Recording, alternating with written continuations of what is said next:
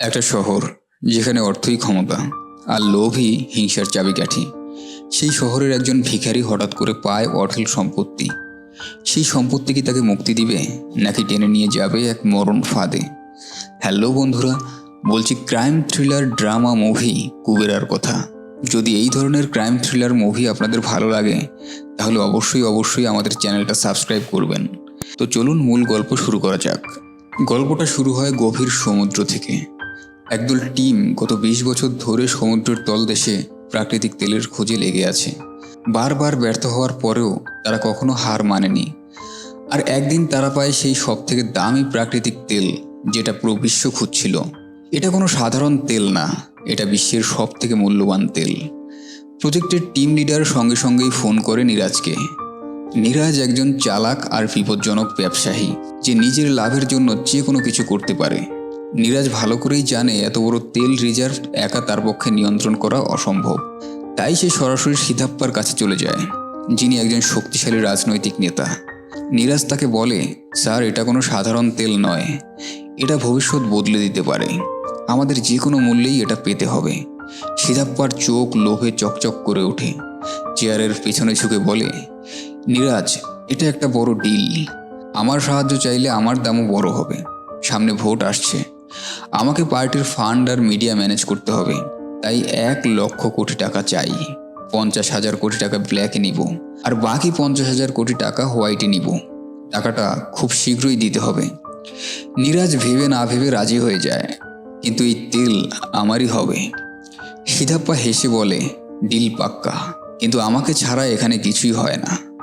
নীরাজ ভয় পায়, যদি এই তেলের খবর ফাঁস হয়ে যায় তাহলে তার স্বপ্ন চূর্ণ বিচূর্ণ হয়ে যাবে।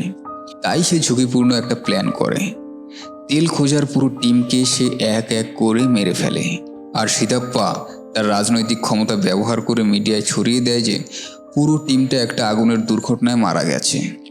সবাই এটাকে সত্যি মনে করে, তাই মামলাও বন্ধ হয়ে যায়। কিন্তু এখন নীরাজের সামনে সবথেকে বড় সমস্যা হলো 1 লাখ কোটি টাকা কোথা থেকে সংগ্রহ হবে। এত বড় অঙ্কের টাকা খোলা হাতে ট্রান্সফার করা একদমই সহজ কাজ না। তখন তার বাবা দীপকের কথা বলে। দীপক একজন সিনিয়র সিবিআই অফিসার, যিনি এখন জেলে আছে।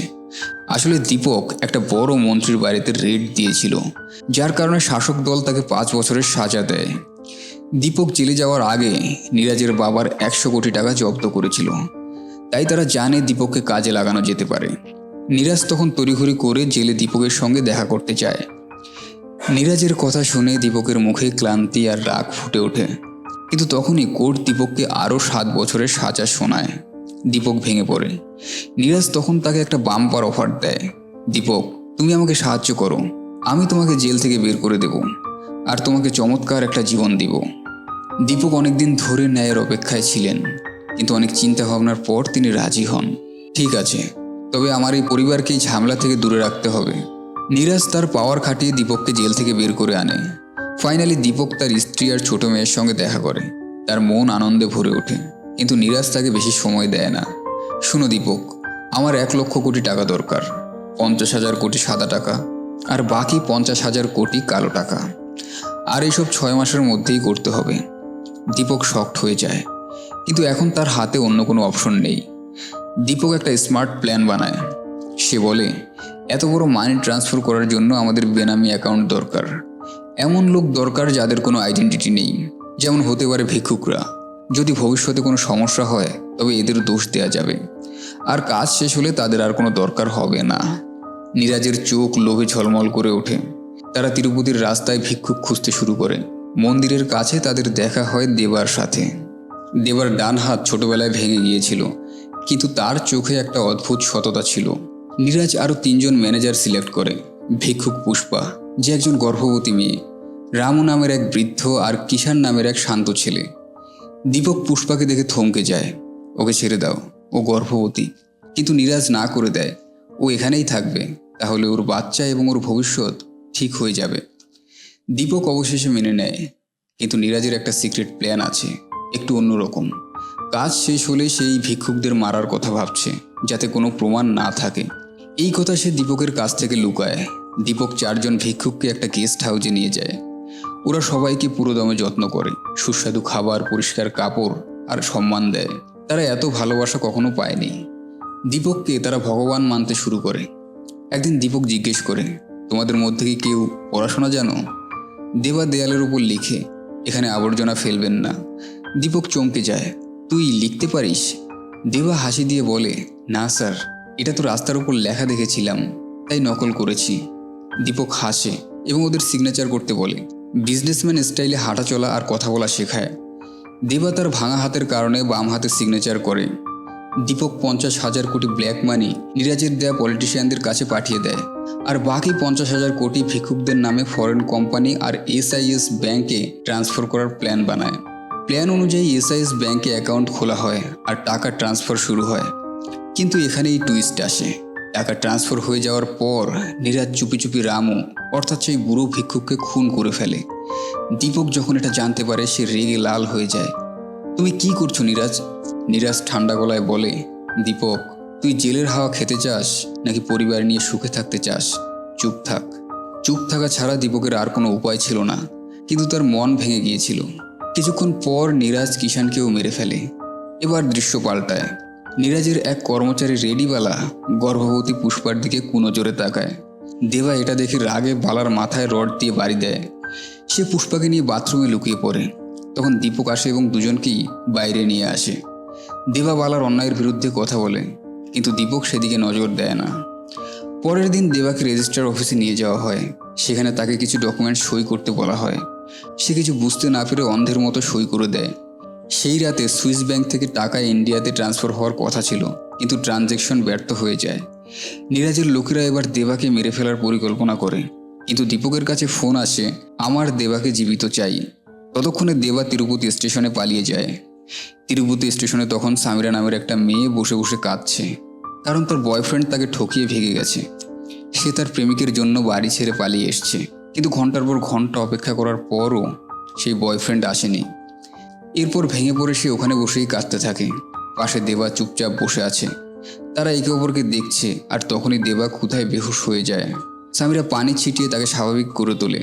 কি হয়েছে তোমার? দেবা দুর্বল কণ্ঠে বলে, খাবার নিয়ে আসো, আমার খুব ক্ষুধা লেগেছে। সামিরা তার পকেট থেকে একটা চকলেট বের করে দেয়। সেটা খেয়ে দেবার একটু ভালো লাগতে শুরু করে, কিন্তু সামিরা তখনও তার ঠকানো বয়ফ্রেন্ড নিয়ে চিন্তিত। সে ট্রেনের সামনে ঝাঁপ দেওয়ার কথা ভাবছে, তবে ঝাঁপ দেওয়ার আগেই দেবা ওকে দেখে ফেলে আর বাঁচিয়ে নেয়। দেবা বলে, ম্যাডাম, জীবনকে আরেকটা সুযোগ দাও। তখন সামিরা তার বন্ধুদের কাছে যাওয়ার সিদ্ধান্ত নেয়। দেবা ওর পেছন পেছন যায়। ম্যাডাম, প্লিজ ফোনটা একটু দাও, আমার স্যারকে কল করতে হবে। সামিরা ভয় পায়, কিন্তু ফাইনালি সে ফোনটা দিয়ে দেয়। দেবা দীপককে কল করে, কিন্তু দীপক ফোন ধরেনি। সামিরা সঙ্গে সঙ্গেই ফোনটা অফ করে দেয়। দেবা সামিরার পিছনে পিছনে ঘুরে বেড়ায়। সামিরা রাগে চিৎকার করে, কি চাই তোমার? আমার পেছনে কেন পড়ে আছো?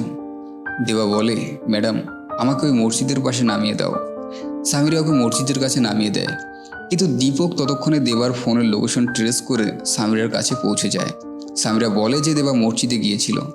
দীপকের লোকেরা মসজিদের আশেপাশে খোঁজ চালাতে শুরু করে, কিন্তু দেবা বুঝতে পেরে কাছে থাকা পানিতে ঝাঁপিয়ে পড়ে পালিয়ে যায়। পরের দিন সকালে ক্ষুধার্ত আর ক্লান্ত দেবা খাবার খুঁজে বেড়ায়, কিন্তু কেউ তাকে সাহায্য করে না। এক বাস স্টপে তাকে আবার সামিরা দেখতে পায়। সে আবার তার কাছে ফোন চাইতে থাকে, কিন্তু সামিরা মানা করে দেয়। দেবা রাস্তায় ঘুরে বেড়ায়। তখন তার চোখে পড়ে দুটো অনাথ শিশু। তাদের অবস্থা দেখে তার হৃদয় গলতে থাকে। সে আবার রাস্তায় ভিক্ষা করতে থাকে আর মানুষ কিছু টাকা দেয়। ওই টাকায় সে বাচ্চাদের জন্য আর নিজের জন্য খাবার কিনে। তারপর সে দীপককে খুঁজতে গেস্ট হাউস যায়। সেখানে কেউ থাকে না, পুষ্পাও নেই। দেবার সন্দেহ হয়। পুষ্পাকে বলেছিল, আমি যদি না ফিরি তাহলে এই ব্যাগটা নিয়ে পালিয়ে যেও। দেবা ওই ব্যাগটা নিয়ে পালিয়ে যায়। নীরাজের লোকেরা তার পিছনে পড়ে, কিন্তু দেবা এক লেডিস হোস্টেলে লুকিয়ে পড়ে, যেখানে সামিরা থাকে। হোস্টেলে গিয়ে দেবা বেহুশ হয়ে যায়। তার অবস্থা দেখে সামিরা তাকে হাসপাতালে নিয়ে যায়। হুশ আসার পর সামিরা জিজ্ঞেস করে, তুমি কে? আমার পেছনে কেন পড়েছ? দেবা বলে, ম্যাডাম, আমি তিরুপতিতে ভিক্ষা করতাম। সামিরা চমকে ওঠে। সে হাসপাতালের বিল পরিশোধ করে আর তার এক্স লাভারের জন্য ড্রেসটা দেবাকে দিয়ে দেয়। এদিকে নীরাজ দেবার পালানোর খবর পায়। সে দীপকের সাথে চিৎকার করতে থাকে, 10,000 কোটি টাকা আমার টাকা, তার অ্যাকাউন্টে আছে, তাকে খুঁজে বের করো। দীপক তিরুপতি যায়, কিন্তু দেবাকে আর খুঁজে পায় না। সেই অফিসে গিয়ে দেবা জানতে পারে নারায়ণকে নীরাজের লোকেরা মেরে দিয়েছে। অফিসের স্টাফরা দেবার আচরণকে সন্দেহজনক মনে করে এবং পুলিশ ডাকে। দেবা পুলিশকে সবকিছু বলে দেয় এবং একটা নিউজ পেপারে নীরাজের ছবি দেখে বলে, আরে এই ভাইটাই। পুলিশ তাকে নারায়ণের অ্যাপার্টমেন্টে নিয়ে যায়। সেখানে অনেক ক্যাশ আর গোল্ড বিস্কুট পাওয়া যায়। ইন্সপেক্টর চমকে যায়। এদিকে দীপক সামিরাকে বন্দুকের মুখে ধরে দেবার ঠিকানা জানতে চায়। সামিরা বলে দেবা রেজিস্ট্রার অফিসে গেছে। দীপক ওখানে যায়। ওখানে দেবা বিরিয়ানি খাচ্ছে। ইন্সপেক্টর দীপককে থামায়, কিন্তু দীপক ইন্সপেক্টরকে গুলি করে। দেবা তখন বিল্ডিংয়ের ছাদ থেকে ঝাঁপ দিয়ে পালিয়ে যায়। দেবা হাতছাড়া হওয়ায় দীপক আবার ভেঙে পড়ে। এদিকে নীরাজ এখন পুরোপুরি আউট অফ কন্ট্রোল হয়ে গেছে। 10,000 কোটি টাকার জন্য সে এক ক্যাবিনেট মন্ত্রীকেও মেরে দেয়। দীপক এটা জানতে পারে। সে তার বউ আর মেয়েকে নিরাপদ জায়গায় পাঠিয়ে দেয়, কারণ ভয় পাচ্ছে নীরাজ তাকেও মেরে ফেলবে। দেবা এখন সত্যটা বুঝে গেছে। তাকে সাহায্য করায় সামিরাও বিপদের মুখে। দেবা সামিরাকে বাঁচানোর সিদ্ধান্ত নেয়। তারা দুজন মিলে পালিয়ে যায়, কিন্তু নীরাজের লোকেরা তাদের পিছু নেয়। রাতে তারা একটা ময়লার ট্রাকের ভেতর লুকিয়ে পড়ে। ওদিকে দীপক নীরাজের বিরুদ্ধে প্রমাণ থাকা হার্ড ডিস্ক একটা লকারে রাখে আর নীরাজকে চ্যালেঞ্জ করে। এদিকে দেবা আর সামিরা নারায়ণের অ্যাপার্টমেন্ট থেকে 100 কোটি টাকা নিয়ে আসে। সামিরা তার অর্ধেক রেখে দেয় আর দেবা বাকিটা ভিক্ষুকদের মধ্যে ভাগ করে দেয়। এতে তার মন শান্ত হয়। সে দীপককে ফোন করে, আমার 10,000 কোটি টাকা দরকার, আমি প্রতিটা ভিক্ষুককে ঘর আর খাবার দেব। দীপক মানে না। সামিরা বলে, দেবা এই টাকা নিয়ে তুমি নিজের জীবন ঠিক করে ফেলো। কিন্তু দেবা জেদ ধরে, আমি ভিক্ষুকদের জন্য লড়ব। এরপর দীপক দেবাকে খুঁজে পায়। দেবা তাকে কিডন্যাপ করে বেঁধে রাখে।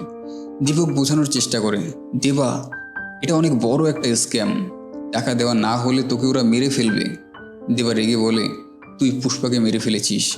দীপক তখন বলে, পুষ্পা বেঁচে আছে, আমি তাকে অনাথ আশ্রমে রেখে এসেছি। এরপর দেবা, সামিরা আর দীপক সে অনাথ আশ্রমে যায়। দেবা আশ্বস্ত হয় যে পুষ্পা এখনো বেঁচে আছে। এরপর সেখানে নীরাজের লোকেরা আক্রমণ করে। পুষ্পা এক মেয়ে শিশুর জন্ম দিয়ে মারা যায়। আসলে দীপক দেবা আর বাচ্চাকে বাঁচাতে গিয়ে নিজের জীবন দিয়ে দেয়। দেবা কেঁদে কেঁদে চিৎকার করে বলে, স্যার আপনি কেন গেলেন? এখন দেবার ভেতরের রাগ আগ্নেয়গিরির মতো ফুঁসে উঠেছে। সে নীরাজের সব টাকা তার বাড়ির সামনে গিয়ে ছুঁড়ে ফেলে আর নিউজ চ্যানেলগুলোতে হইচই পড়ে যায়। দেবা নীরাজকে তখন ফোন করে বলে, আমার কাছে দীপক স্যারের দেয়া প্রমাণ আছে, একদিন ভিক্ষুক হয়ে ভিক্ষা করলে প্রমাণ তোমার হাতে দিয়ে দিব। নীরাজ বাধ্য হয়ে ভিক্ষুক হয়ে যায়। সামিরা পুষ্পার বাচ্চাকে নিয়ে নীরাজকে 500 টাকা দান করে। সেই রাতে দেবা নীরাজকে কিডন্যাপ করে ডাম্প ইয়ার্ডে নিয়ে যায়। নীরাজ চিৎকার করে, প্রমাণগুলো আমাকে ফিরিয়ে দাও। দেবা বাচ্চাকে দেখিয়ে বলে, পুষ্পাকে নিয়ে আসতে পারবি? নীরাজ রেগে দেবার উপর হামলা চালায়। একটা তীব্র লড়াই হয়, তবে ভুলবশত দেবা নীরাজের গলায় আঘাত করে এবং নীরাজ মারা যায়। দেবা কাঁদতে থাকে, কারণ সে জেনে বুঝে মারেনি। ওখান থেকে সে পালিয়ে যায়।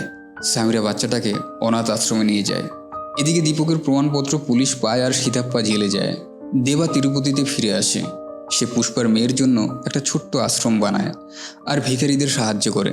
আর এখানেই এই সিনেমা শেষ হয়। তো বন্ধুরা, কেমন লাগলো এই দুর্দান্ত ক্রাইম থ্রিলার মুভিটি? আমাদেরকে অবশ্যই কমেন্ট করে জানাবেন এবং ভিডিওটি যদি ভালো লাগে তাহলে অবশ্যই লাইক করুন, শেয়ার করুন এবং আমাদের চ্যানেলটি সাবস্ক্রাইব করে আমাদের পাশেই থাকুন।